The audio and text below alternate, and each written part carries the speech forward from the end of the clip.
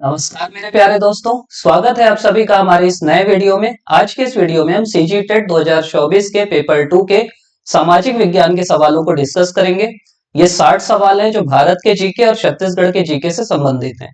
आप CG TET दिलाने वाले हैं आगे, या छत्तीसगढ़ व्यापम का कोई भी एग्जाम दिलाने वाले हैं जिसमें जीके आता है, तो ये वीडियो आपके लिए महत्वपूर्ण होगा। ये 60 सवाल होंगे जो इतिहास के होंगे, भूगोल के होंगे, राजनीति के होंगे, आपके अर्थशास्त्र के होंगे और छत्तीसगढ़ के जीके के होंगे। हमने पहले भी चर्चा की थी कि व्यापम के देखिए क्वेश्चन सेट करने वाले तो सेम ही होंगे, तो वो अगर यहाँ जीके के सवाल ये पूछ रहे हैं तो आगे भी जो भी आपके एग्जाम होंगे हॉस्टल वार्डन से लेके बाकी कोई भी, उनमें भी ये सवाल रिपीट हो सकते हैं। और यहाँ भी जो सवाल आए हैं इससे पहले व्यापम में रिपीट हो चुके हैं। तो बिना समय गवाए हम आगे बढ़ते हैं। कोशिश करेंगे कि आपको जल्दी जल्दी सवाल का उत्तर बताते जाए। आप थोड़ा सा खुद से देखते भी जाना। हाँ, मैं कोशिश करता हूँ, बीच में खड़ा रहता हूँ। जो हिंदी वाले हिंदी देख लेंगे, इंग्लिश वाले इधर इंग्लिश देख लेंगे। पहला सवाल है कि पहला मतलब 91वां, कि प्राचीन शास्त्रों के अनुसार निम्नलिखित में से कौन सा क्रय विवाह था। देखिए, प्राचीन शास्त्रों के अनुसार 8 विवाह थे। यह भी एक सवाल आ सकता है।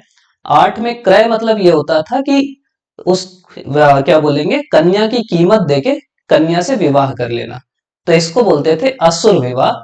गंधर्व विवाह जो है वो अभी जो लव मैरिज है वो गंधर्व विवाह कहलाती थी। प्रजापत्य विवाह अच्छा विवाह होता था जिसमें माता पिता की अनुमति से होता था। तो ये अलग अलग प्रकार थे। 92वां सवाल है कि याज्ञवल्क्य के अनुसार पुत्र विहीन पति की मृत्यु के बाद उसकी संपत्ति पर प्रथम अधिकार किसका होता है। देखिए, यहीं पे मैं आपको ये भी समझाता हूँ कि कैसे तुक्का कैसे मारना है। आपको चलो कुछ नहीं पता याज्ञवल्क्य की स्मृति क्या है। अब आप इमेजिन करिए कि पुत्र विहीन पति की मृत्यु के बाद, मतलब मान लो कोई पत्नी है, कोई महिला है, उसका पति मर गया और उसका पुत्र नहीं है। ठीक, अब उसकी संपत्ति पे पहला अधिकार किसका होगा। पहला ऑप्शन दिया पुत्र। पुत्र नहीं, आपको पहले बता दिया ना, तो पुत्र का कैसे अधिकार होगा, पुत्र तो है ही नहीं। तो ये ऑप्शन आपका हट जाएगा। मतलब मैं जो बोलता हूं ना कि तुक्का मारो, तुक्का मतलब ऐसा नहीं है कि कुछ भी पढ़ के मार दो। थोड़ा सा आपको लॉजिक लगाना है। सवाल ध्यान से पढ़ो। पुत्र हट गया। दूसरा ऑप्शन है पिता। पिता का कैसे हो जाएगा यार अधिकार। मतलब आपको लॉजिक से समझ में आ रहा है कि किसके पिता, और ये भी क्लियर नहीं है भाई, लड़की के पिता कि लड़के के पिता। तो ये भी आप उसी लॉजिक से हटा सकते हो। और भाई को भी लड़के का भाई कि लड़के का भाई। तो सबसे सही उत्तर तो पत्नी ही होगा ना, मतलब पहला अधिकार तो पत्नी का ही होना चाहिए। तो बाकी आप भले एलिमिनेट ना कर पाओ, पुत्र तो आराम से एलिमिनेट कर सकते हो ना। और फिर देखो कि सबसे सही आंसर क्या हो सकता है, तो इसका उत्तर होगा पत्नी। ये सवाल कई जगह आपको मिलेगा कि गुप्त काल में सती प्रथा के प्रचलित होने का प्रमाण मिलता है। 510 ईस्वी में भानुगुप्त द्वारा जारी किस अभिलेख में सती प्रथा का वर्णन है, तो यह अभिलेख का नाम है एरण अभिलेख। एक सवाल आपसे घुमा के भी पूछ सकता है कि एरण अभिलेख किससे संबंधित है, तो वो किससे संबंधित है, भानुगुप्त से, और सती प्रथा से एरण अभिलेख। इससे एक चीज और आपको समझ में आई कि व्यापम के सवालों में जो भी अभिलेख है ना, मेन मेन वो पढ़ लीजिए। मैं कवि हूँ, मेरा पिता वैद्य है, मेरे पिता वैद्य है और मेरी माता अनाज पीसने का कार्य करती है। वर्ण व्यवस्था के बारे में ये सूक्त किस वेद में दिया गया है।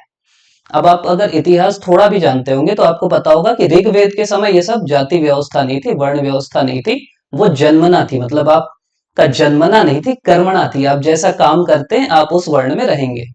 तो पहला वेद कौन है, ये वही बता रहा है ना कि मैं कवि हूं, मेरे पिता वैद्य हैं, मेरी माता अनाज, मतलब सब अलग अलग काम कर रहे हैं।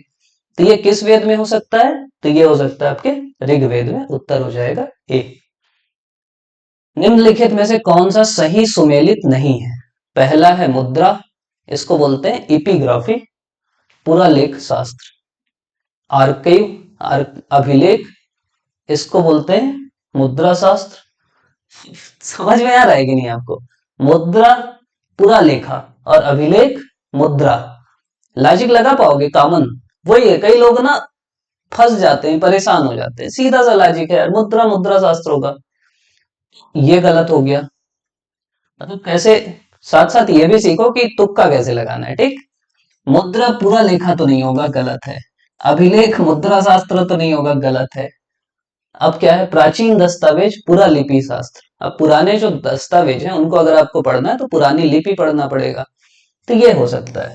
पूछ रहा है, अब वो देखो नहीं, कई लोग यहां भी नहीं समझ पाते कि नहीं पूछा है कि क्या पूछा है। तो गलत क्या क्या है, एक और दो, मतलब ऑप्शन ए। अगला सवाल आते हैं, निम्नलिखित में से कौन सा स्थल प्रागैतिहासिक चित्रकला के लिए प्रसिद्ध है? कौन सा स्थल प्रागैतिहासिक चित्रकला के लिए प्रसिद्ध है? अब शब्द आपको ध्यान से पढ़ना है। प्रागैतिहासिक, इंग्लिश में देखिए प्री हिस्टोरिकल, ठीक। प्रागैतिहासिक, पुराने काल का। तो आप सुने होंगे कि भीम बेटिका की गुफा में पुराने काल के चित्र हैं। अजंता एलोरा बाग, ये तो अभी के चित्र है ना, हमारे मानव बनाए।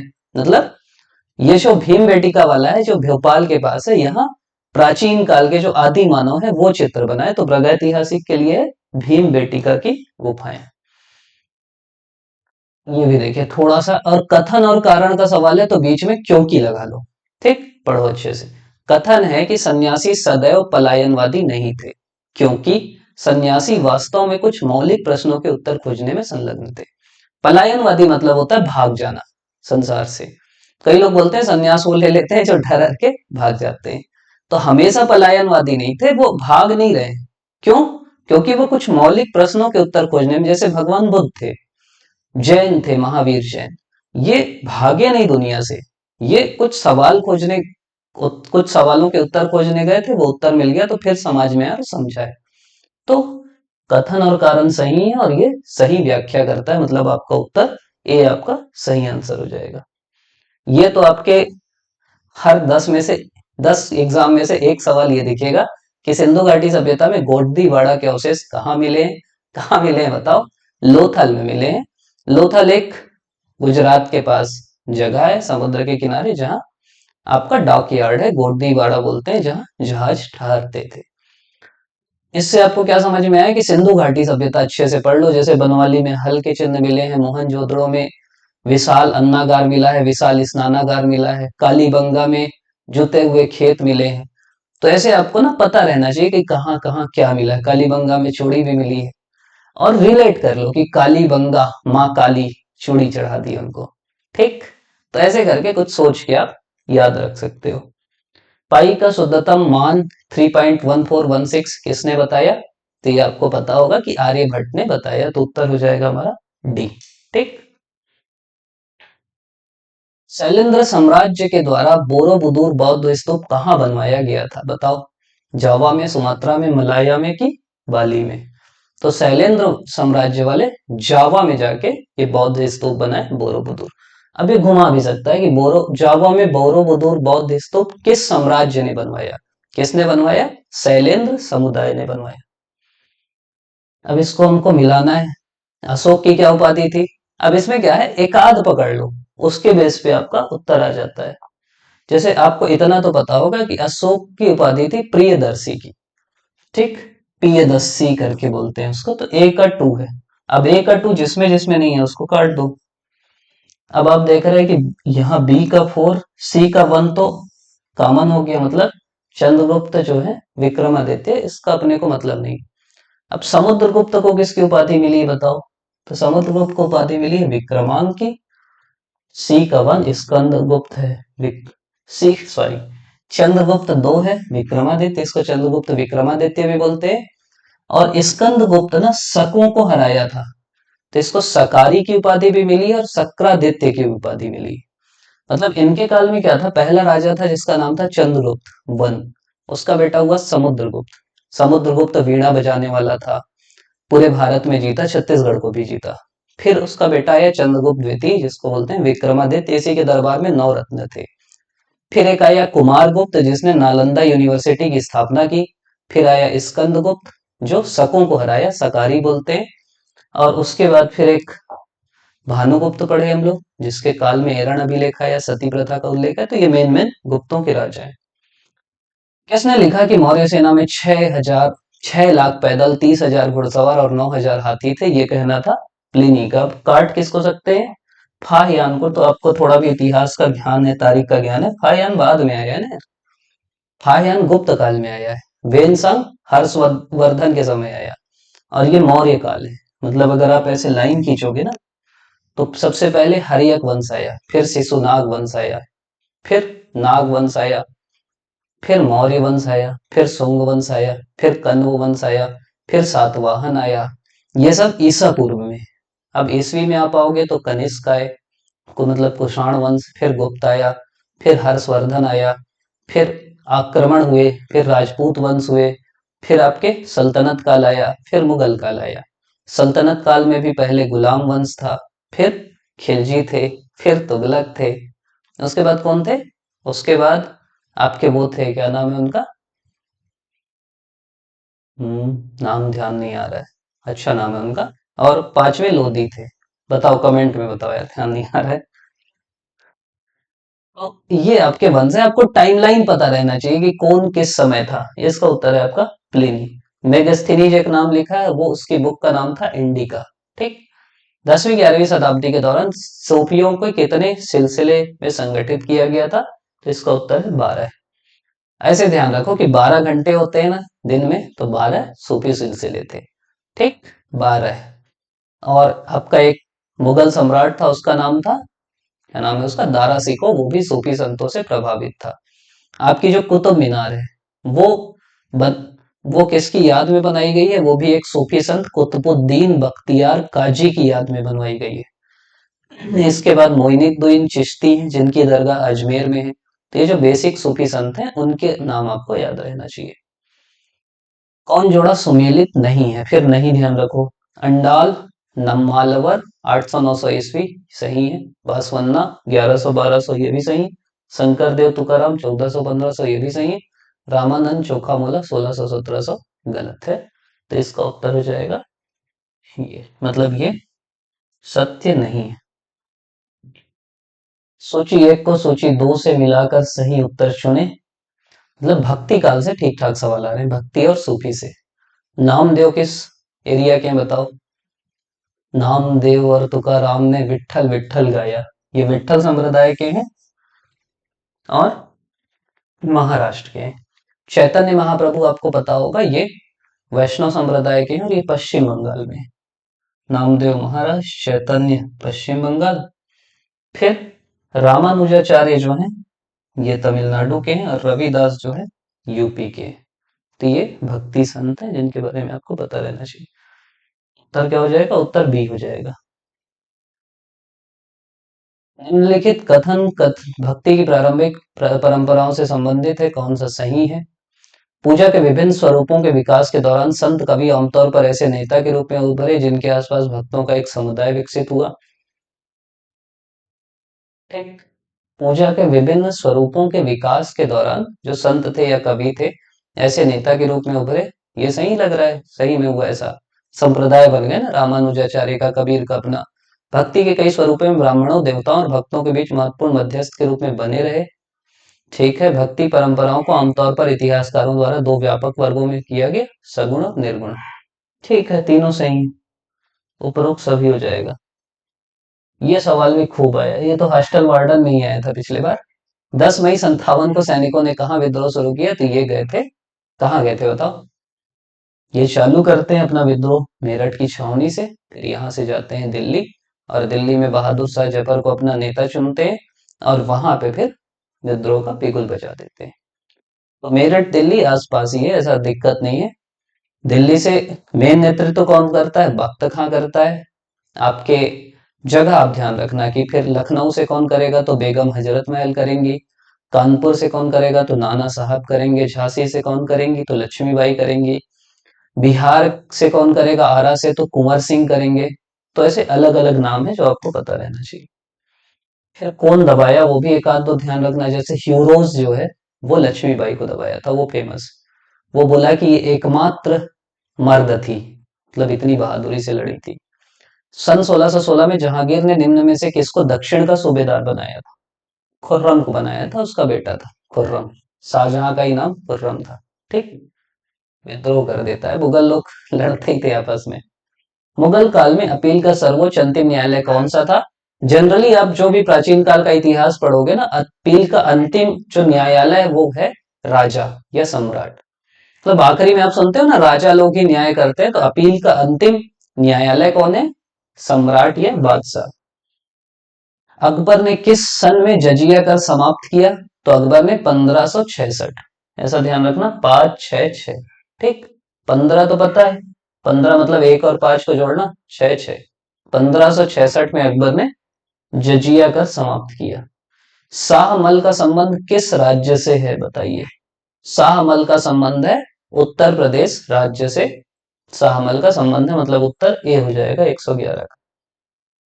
1857 की क्रांति के समय भारत का गवर्नर जनरल कौन था। तो 1857 की क्रांति के समय भारत का गवर्नर जनरल था कैनिंग। इसी के बाद इस पद का नाम कर दिया गया था वायसराय। तो भारत का पहला वायसराय कौन था अगर आपसे पूछेगा, तो वो भी आपका कैनिंग ही कहलाएगा। करा है। ज्यादा आवाज आ रही कि नहीं आ रही? नहीं आती होगी, उसको तो कुछ कर नहीं सकते अपन। जो कैनिंग था उसी के समय में विद्रोह हुआ, और उसके बाद एक एक्ट आया, और उसके बाद जो है वायस जो गवर्नर जनरल था उसको नाम दे दिया गया वायसराय का। तो पहला वायसराय कहलाया कैनिंग। अंतिम गवर्नर जनरल भारत का कौन था? तो कैनिंग। भारत का पहला गवर्नर जनरल कौन था? तो 1833 में एक पद बना भारत का गवर्नर जनरल, वो था लॉर्ड विलियम बेंटिक। बंगाल का पहला गवर्नर जनरल कौन था? तो वो था हेस्टिंग्स, वारेन हेस्टिंग्स। ठीक, तो बंगाल का अंतिम गवर्नर जनरल कौन था? तो वो था Lord William Bentinck. Lord William Bentinck Bengal का अंतिम गवर्नर जनरल और भारत का पहला गवर्नर जनरल। भारत का अंतिम गवर्नर जनरल कैनिंग, भारत का पहला वायसराय कैनिंग। ठीक, तो ये आप ध्यान रखना। और भारत का अंतिम वायसराय तो फिर वो माउंटबेटन पहुंच जाएंगे अपन। फिर है निम्नलिखित कथनों पर विचार कीजिए। अकबर ने पति की चिता पर विधवा के जल जाने की सती प्रथा पर रोक लगा दिया था, सही बात है। अकबर ने बाल विवाह को हतोत्साहित किया तथा विधवा पुनर्विवाह को प्रोत्साहित किया। अकबर सामाजिक सुधार आंदोलन का समर्थक था, तो दोनों सही चीज। झांसी की रानी लक्ष्मीबाई को पराजित करने वाला, अभी मैं बताया ना ह्यूरोज फेमस है, देखो आई गया। पराजित करने वाले जनरल का क्या नाम था? ह्यूरोज नाम था उसका। निम्न में से क्या भारत के मूल संविधान की प्रस्तावना में नहीं था? प्रस्तावना क्या है? हम भारत के लोग भारत को एक संपूर्ण प्रभुत्व संपन्न समाजवादी लोकतंत्रात्मक पंथ निरपेक्ष गणराज्य बनाने के लिए तथा इसके समस्त नागरिकों में सामाजिक आर्थिक एवं राजनीतिक न्याय, विचार अभिव्यक्ति, विश्वास, धर्म और उपासना की स्वतंत्रता, प्रतिष्ठा और अवसर की समानता तथा व्यक्ति की गरिमा और राष्ट्र की एकता और अखंडता सुनिश्चित कराने वाली बंधुता को बढ़ाने के लिए अजय दत्त द्वारा संविधान सभा में आज 26 नवंबर 1949 को आत्मार्पित करते हैं। तो ये प्रस्तावना आपको याद रहना चाहिए, इससे ना बहुत सारे सवाल बनेंगे। और एक चीज और है कि 42वां संविधान संशोधन होता है, 42nd, और इससे 3 शब्द जुड़ते हैं। पहला जुड़ता है पंथ निरपेक्षता, दूसरा जुड़ता है समाजवाद, और तीसरा जुड़ता है अखंडता। तो ये 3 शब्द याद रखना कि मूल संविधान में नहीं था। अब यहाँ पंथ निरपेक्ष बस है, समाजवाद भी बाद में जुड़ा और अखंडता भी बाद में जुड़ा। ठीक, राष्ट्रपति शासन, मातृत्व अवकाश, अनिवार्य निःशुल्क शिक्षा, राष्ट्रध्वज और राष्ट्रगान का सम्मान। राष्ट्रपति शासन क्या है? आपातकालीन प्रावधान है। मातृत्व अवकाश क्या है? आपका राज्य का नीति निर्देशक तत्व है। अनिवार्य और निःशुल्क शिक्षा क्या है? मूल अधिकार है। और राष्ट्रध्वज और राष्ट्रगान का सम्मान क्या है? मूल कर्तव्य है। मतलब राष्ट्रगान का सम्मान क्या है? कर्तव्य ही है ना आपका, जो करना चाहिए आपको। अधिकार अधिकार नहीं चिल्लाना चाहिए, कर्तव्य भी करना चाहिए। तो ये कर्तव्य, मूल कर्तव्य कब जोड़ा गया? 42वें संविधान संशोधन 1976 से स्वर्ण सिंह समिति की सिफारिश से मूल कर्तव्य जोड़ा गया। अनुच्छेद 51A में शुरू में 10 मूल कर्तव्य थे, बाद में 11वां जोड़ा गया 86वें संविधान संशोधन से, और उसी से शिक्षा का अधिकार भी जोड़ा गया। भारत का संविधान कब अंगीकृत? अभी मैं सुनाया ना आपको प्रस्तावना पूरी। तो आज 26 नवंबर 1949 को अंगीकृत, आत्मार्पित और अधिनियमित करते हैं। तो 26 नवंबर 1949 को संविधान अंगीकृत किया गया। शिक्षण संस्थाओं में प्रवेश के लिए आरक्षण किस संवैधानिक प्रावधान से प्राप्त होता है? तो यह अनुच्छेद 15(5). अनुच्छेद 14 जो है विधिक के समझ समानता है। 21 का क्या है? निःशुल्क एवं अनिवार्य शिक्षा, जो 86वें संविधान संशोधन से आई। राज्यपाल के कार्यकाल के संबंध में क्या सही है? उनका कार्यकाल नियुक्ति से 5 वर्ष का होता है। उनका कार्यकाल प्रभार ग्रहण करने से 5 वर्ष का होता है। बताओ। नियुक्ति से 5 वर्ष की प्रभार ग्रहण करने से 5 वर्ष? तो प्रभार ग्रहण, जिस दिन प्रभार ग्रहण करेगा उससे 5 वर्ष गिनते हैं अपन। वे राष्ट्रपति के प्रसाद पर्यंत रहते हैं, ये भी सही बात है। राष्ट्रपति बोलेगा अब छोड़ दो, हो गया तुम्हारा, बहुत हो गया, तो उसको छोड़ना पड़ेगा। सेवानिवृत्ति की आयु लिखी ही नहीं है, तो चौथा गलत हो जाएगा। ठीक, तो आंसर क्या हो जाएगा? 2 और 3। पंचायतों के लिए चुनाव कौन कराता है? तो राज्य निर्वाचन आयोग एक बॉडी बनी है संविधान के अनुच्छेद 243 के में, जो चुनाव कराती है। राज्य वित्त आयोग है जो इनको पैसा देती है। संविधान में 73वां संविधान संशोधन हुआ 1993 में, जिससे पंचायती राज स्थापित हुआ। ठीक, इसके लिए अलग अलग समिति बनी। सबसे पहले बलवंत राय मेहता बनी, फिर अशोक मेहता बनी, फिर अलग अलग समिति, जीवी के राव समिति बनी, सिंघवी समिति बनी। तो ये सब आपको मतलब ऐसे हम लोग ध्यान रखते हैं क्रम: बलवंत राव, अशोक मेहता, जीवी के राव और सिंघवी।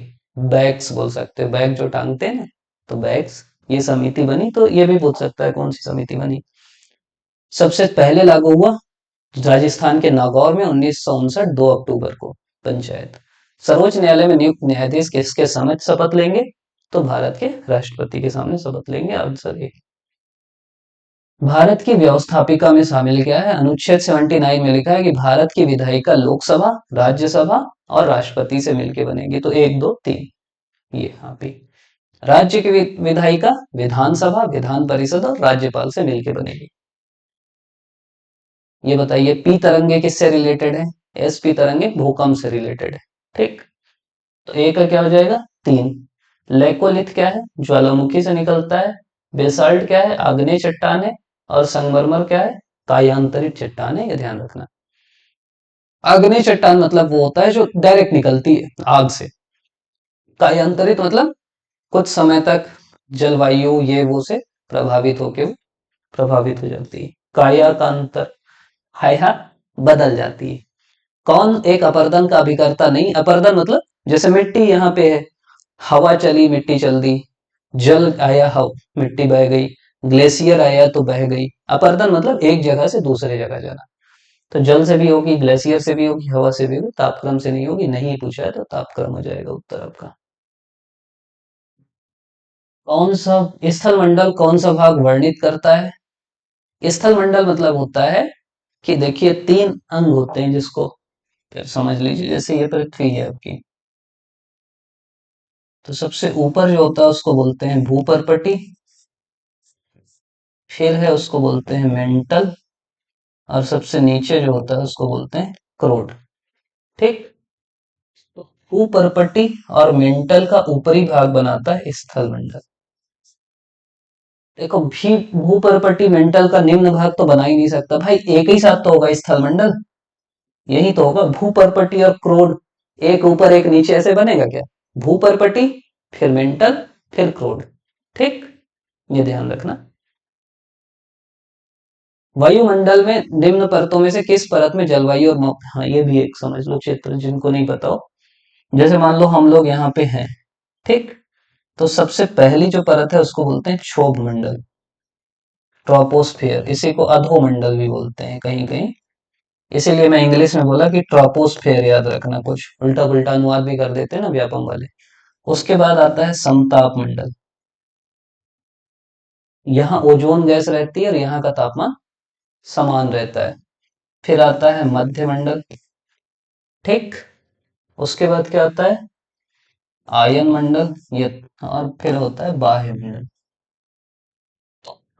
मौसम घटना कहाँ होती है? आप रह रहे वहीं तो हो रहा है ना, बादल आ रहा है, हवा चल रही, तो मौसमी परिवर्तन जलवायु मौसम कहाँ होता है? अधोमंडल या ट्रोपोस्फियर में। ये ये ध्यान रखना, मौसम संबंधी घटनाएं यही होती है। ओजोन कहाँ रहती है जो हमारी रक्षा करती है? तो वो समताप मंडल में रहती है। भारत की सबसे बड़ी बहुउद्देशीय परियोजना कौन सी है? भारत की सबसे बड़ी बहुउद्देशीय परियोजना है भाखड़ा नागल परियोजना। Answer C. कहाँ है? पंजाब में।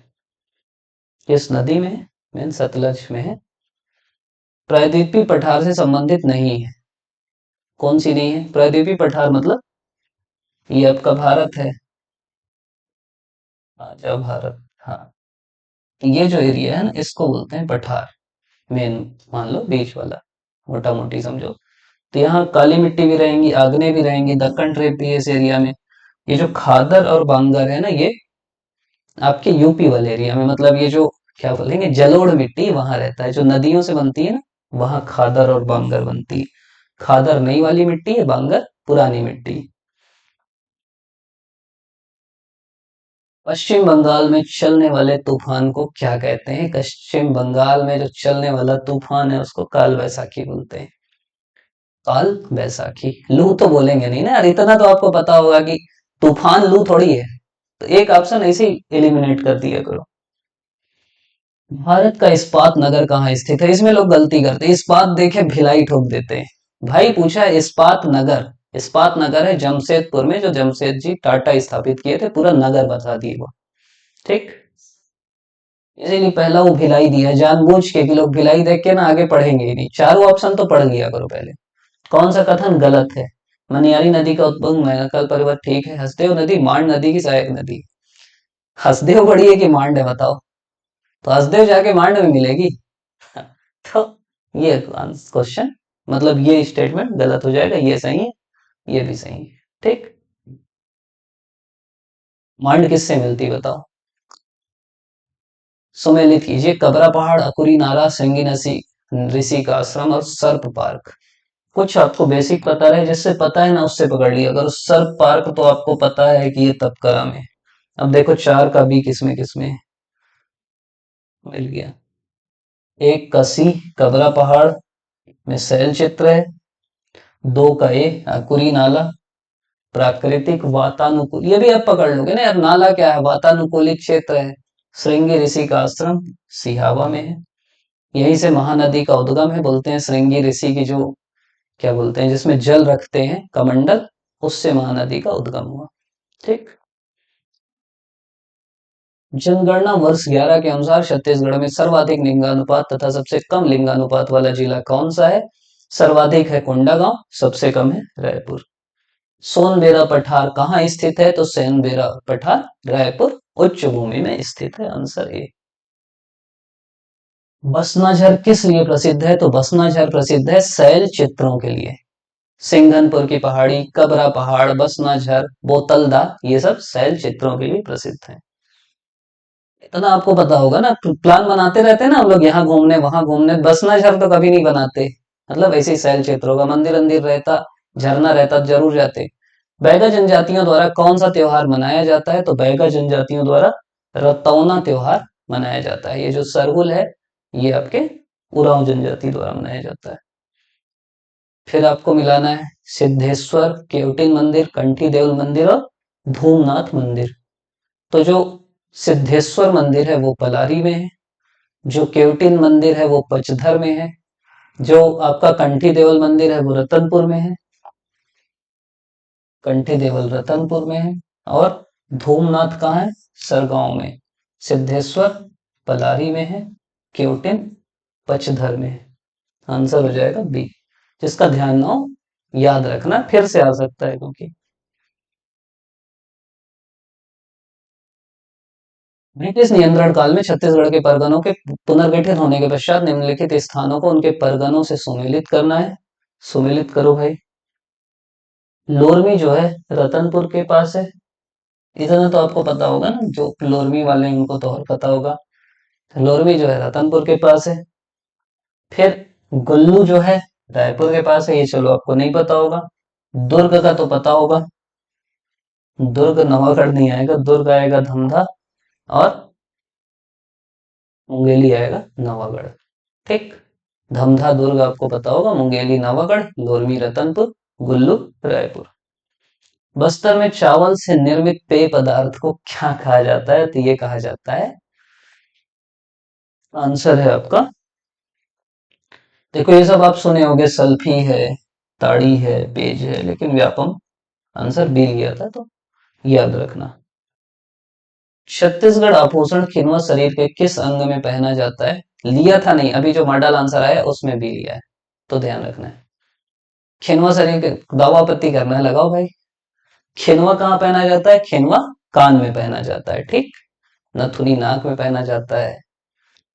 तो कुछ कुछ आभूषण ध्यान रखना कौन सा कहाँ पहनते हैं। हिमालय की ऊंचाई हमेशा बढ़ रही, सही बात है। पहले 8,848 पढ़ते थे, अब 8,850 पढ़ते हैं, क्योंकि हिमालय एक नवीन वलित पर्वत है। नीचे से आपका प्रेशर बन रहा है तो ऊपर बढ़ रहा है। तो सही बात है, ये और दोनों सही है और सही कारण है। निम्नलिखित में से कौन सा कार्य केवल केंद्र सरकार द्वारा किया जाता है? ये तो बेसिक आपको पता है ना। ट्रेन राज्य चलाता है क्या? आपका केंद्र चलाता है, इसीलिए राज्य वाले परेशान रहते हैं। तो आंसर बी, रेल चलाना केवल केंद्र के द्वारा किया जाता है। देखो इसकी हम लोग पे चर्चा किए थे। कुंवर सिंह कहाँ से लड़े? बताओ। कुंवर सिंह लड़े हैं बिहार से। तात्या टोपे कहाँ से लड़े? कुंवर सिंह लड़े हैं बिहार से। तात्या टोपे लड़े हैं कानपुर से। लक्ष्मीबाई लड़ी हैं झांसी से। वीर नारायण सिंह सोना खान से। तो इस टाइप के सवाल में एक आध पकड़ लिया करो। लक्ष्मीबाई तो झांसी सबको पता है। सी का 4। देखो और किसी में 4 है ही नहीं। बुद्धि लगाने की जरूरत ही नहीं है, बाकी फिर चेक कर लो, क्रॉस चेक। ठीक।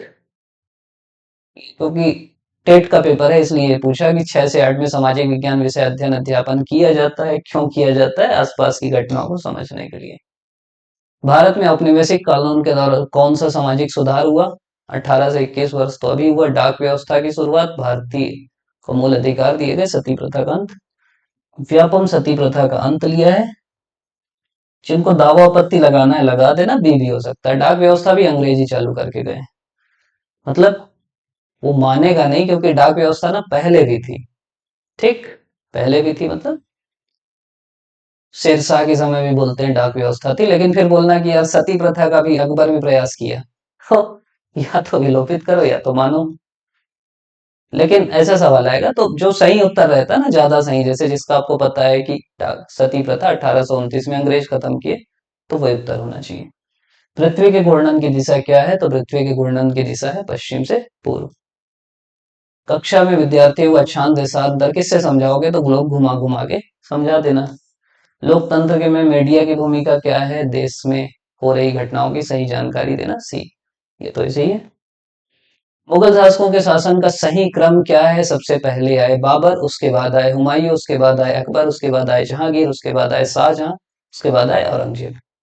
ठीक। तो बाबर, हुमायूं, अकबर, जहांगीर। ठीक है, इतने में हो रहा है। मान लो आपके पिताजी ने 6 माह पूर्व नल कलेक्शन लेने के लिए आवेदन किया था, अभी तक कोई कार्यवाही नहीं हुई, अब आपको जानना है, तो जानोगे किससे? सूचना के अधिकार से। ठीक। तो ये आपके पूरे 60 सवाल हो गए जो आज हम लोग देखे। और बहुत सारे सवाल आए हैं व्यापम के अलग अलग एग्जाम में, तो हम लोग कोशिश करेंगे कि एक बार आपको वो बता दें। उससे क्या होगा ना कि आपको, देखो मैं बार बार बोल रहा हूँ कि व्यापम में ना बहुत सारे सवाल रिपीट होते हैं। इसी में जो सवाल आए, अब आप हॉस्टल वार्डन का प्रीवियस ईयर देखना, 14 या 16 वाला, 2-3 सवाल यहीं से आए कि क्रांति कहाँ से शुरू हुई, ये वो। तो प्रीवियस ईयर क्वेश्चन का बहुत ज्यादा महत्व है, खासकर व्यापम में। तो आप जो भी सेक्शन है ना आपके, कंप्यूटर के, गणित के, सामान्य ज्ञान के, सामान्य ज्ञान में इसलिए भी बोल रहा हूँ कि कम सवाल आना है, तो ज्यादा इधर उधर मत भागो। जो प्रीवियस ईयर क्वेश्चन है वो लगा लो, वहां से आएगा तो अच्छी बात है, नहीं आएगा तो फिर तुक्का तो मारना ही है। तो वो अपन करेंगे, कोशिश करेंगे। कंप्यूटर आप लोग बोल रहे थे, बाल मनोविज्ञान बोल रहे थे, मैं कोशिश कर रहा हूँ। पहले ना मेरे को खुद पढ़ना पड़ेगा, हम लोग ऐसे पढ़े तो नहीं है अलग से, तो मैं खुद अच्छे से पढ़ के पढ़ाने का प्रयास करूंगा अगर बना तो। आप लोग अभी तक देख रहे हैं, इसके लिए आप सभी का बहुत बहुत धन्यवाद। जो हमारे पीडीएफ हैं, अगर आप वो डाउनलोड करना चाहते हैं तो टेलीग्राम चैनल की लिंक आपको मिल जाएगी, सीजीपीएससी विथ राजन सर्च करिएगा तो भी आ जाएगी। इसके अलावा चैनल को लाइक शेयर सब्सक्राइब कर देना, उससे क्या होगा कि आगे जब भी वीडियो आएगा तो आपको वो मिल जाएगा बिना किसी दिक्कत के। आप देख रहे हैं उसके लिए आपका पुनः बहुत बहुत धन्यवाद।